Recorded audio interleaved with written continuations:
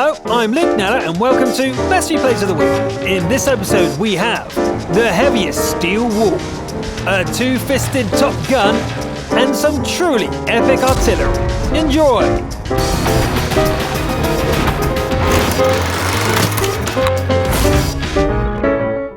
When choosing your tank for a steel wall game, the Maus seems like an obvious choice.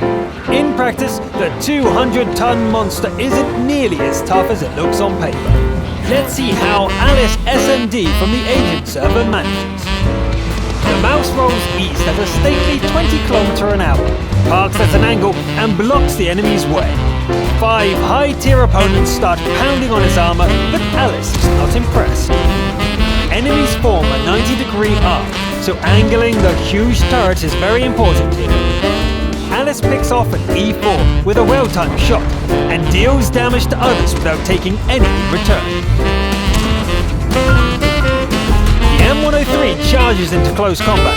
It's no use. Even at point-blank range, it can't get through the thick hide of the Maus. A mistimed shot gives the IS-7 a chance to put a hole in the steel wall's turret. The foe comes out again, hoping to repeat his trick, but Alice is ready to punch out its lights. It's time to press ahead.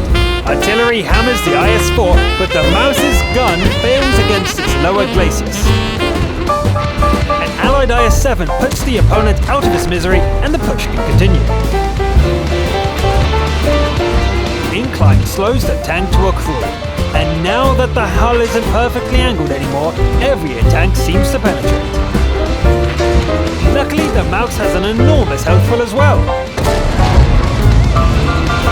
An artillery strike takes out the 103, and it looks like the defenders are starting to run out of warm bodies. Alice pushes towards the enemy flag, dishes out a couple of good hits, and ends the match by finishing off the last opponent. Good game. Wow, look at those numbers! 17,000 damage bounds in a game where most opponents were tier 10. Add in the 11,000 damage plus spotting, and I have to say, this was a pretty spectacular steel wall. Let's continue with some Top Gun mayhem from EU servers. The IS-3 is of course the classic brawler of World of Tanks, and oh wow, it's German Blackout, who knows how to throw a punch. The battleground is Lakeville, and our top-tier heavy heads into town, looking for a fight. A promising one with a rival IS-3 ends before it has time to properly get going, so German Blackout goes looking for some sparring partners. Tracking an 87 renders it helpless, and a follow-up shot puts it down for good. An IS-3 is found bullying a low-tier ally. A good kicking should teach us some manners. Suddenly, a sneaky opponent blows off the track. German Blackout hunts it down and follows up by taking on all the other machines in the area.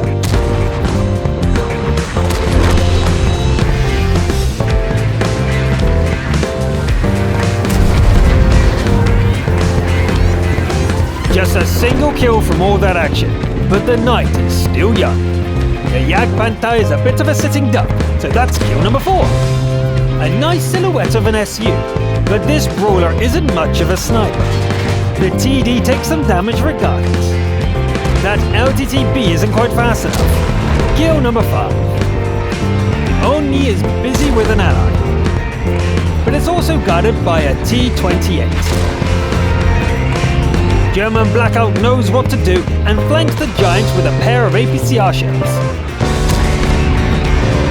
We're finally up to Top Gun numbers, and there's just a single ally left. Good! The little SBG is unlikely to steal any kills. Mwah! The RT attempts a suicidal charge, and fails. A small mistake as the IS-3 peeks out and takes a massive hit right through the track. Blackout returns the damage and gets moving just in time to survive the next one. Well, now he's down to just 6 shells, and 4 of them are HE. One of the 4 is wasted on a quick shot at an SPG that luckily flails about as well. The next HE round fails to penetrate, dragging the fight on. The Su-122-44 charges in before the RT is even dead. German Blackout manages to turn and take the SU's attack head-on, and it gets a second attempt before the IS-3's reload is even done. Boom! And stay down! 2 shells left and 1 last TD to deal with. German Blackout attempts to predict where they'll come from and sets up an ambush. Unfortunately, the T-28 had other ideas as it comes into view behind the IS-3. Blackout spins around and takes out the TD's track with an amazing snapshot. The opponent still has a repair kit, however, and it's immediately moving again. But when the shot comes, the end does not. No time for shock. Blackout pulls away and the T-28 fires again, but it's still not enough. This is it. The last chance to win is to put everything into the final punch. It penned! The HE shell punched through the rear plate of a T-28. What an ending! A fade-in's finish is always impressive, but penning a T-28 with HE as the last shell is something else. That is the cherry on top which makes German Blackout our Top Gun of the week. The Scout of the Week is Jutankas from the American region, and they drive their Tier 7 Soviet light tank LTT-B on Malinovka. As an incredibly agile tank with relatively good armor, the LTT-B can be played in several ways. Jutankas starts by sprinting up the hillside like a mountain goat, and lighting up the advancing enemy force. Artillery is a danger, so our scout can't afford to stay still. Things start getting a bit heated, so Jutankas climbs back down to get some cover. The battle on the hill is no place for a light tank, so Jutankas opens up the throttle and heads west. There's a T-32 somewhere across the field. Ah, here it is! Coming for the RT. The scout lights them up, attempts a tracking shot, then runs away before the heavy can retaliate. It takes a while, but Allied fire wears it down. The team is 4 points behind, and it's time to kick it up a notch. Jutankas sends the Moose to the garage and goes looking for more victims. He gets twice spotted. RT, you may fire at will. Hey, Prototype, do you think that turret will make any difference? No, I didn't think so either. The Korean pattern goes for the SPGs. Jutankas tries to save them, but they are both dead by the time the attacker finally goes down. There's somebody in the capture circle. It turns out to be an Oni making itself an easy target. That leaves 3 more to deal with, and the last ally dies moments later. The 2-minute warning sounds as the M12 comes into view. It takes some killing at this range, but there's still plenty of ammo. The Type is down to a single hit point. Jutankas swaps back to high explosives, receives a hit, and charges forward. Evasive driving was a good call, as the last RT fires from ambush. A double tap with HE blows it up, while the Type misses its second shot. One last explosive shell for one last enemy hit point. The Type is ready, and it lands its shot. But it doesn't really matter. It's over. Well played, Jutankas. That was a proper carry scout. 4,000 assistance, 3,500 direct damage, and fighting to win from start to finish. Good work. This week's defender is Master Scorp from the EU region, driving a legendary Type 59 on Sacred Valley. Master Scorp starts the game in the east, skirmishing around buildings and claiming a couple of personal kills.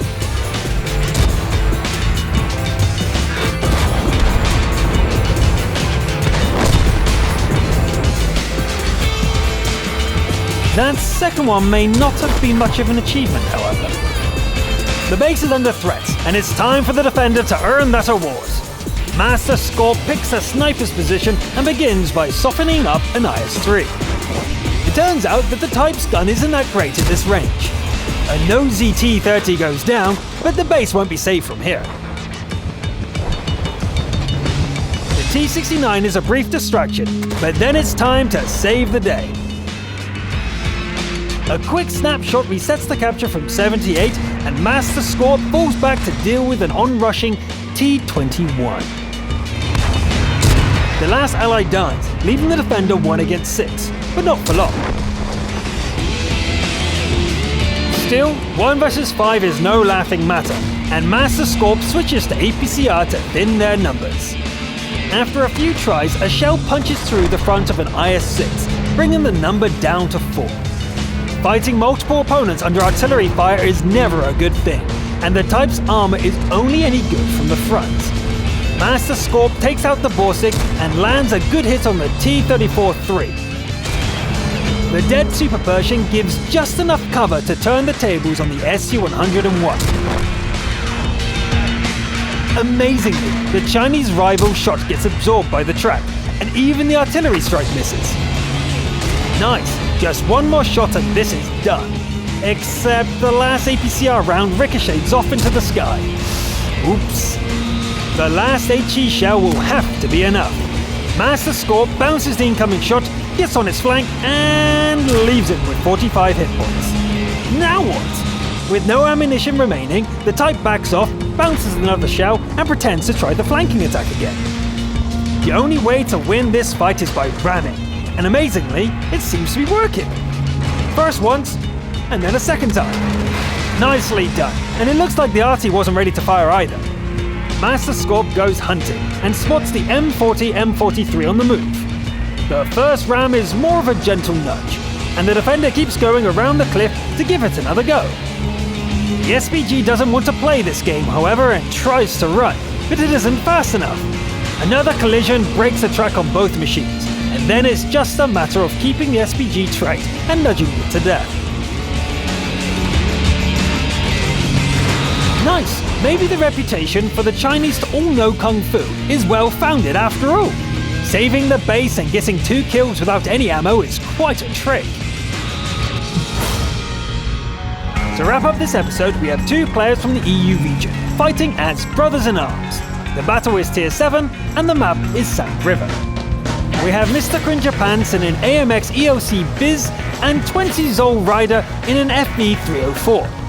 Cringerpants heads out as a spotter, and Zol Rider gets ready to do some serious bombardment. The targets come rolling in, and it's boom time. The FV starts raining down shells, and the EOC dashes around madly, keeping the enemy spotted and making itself an impossible target. The FV304 doesn't hit very hard, but the barrage from Zol Rider does not let up. The damage mounts up, and the kill count keeps rising.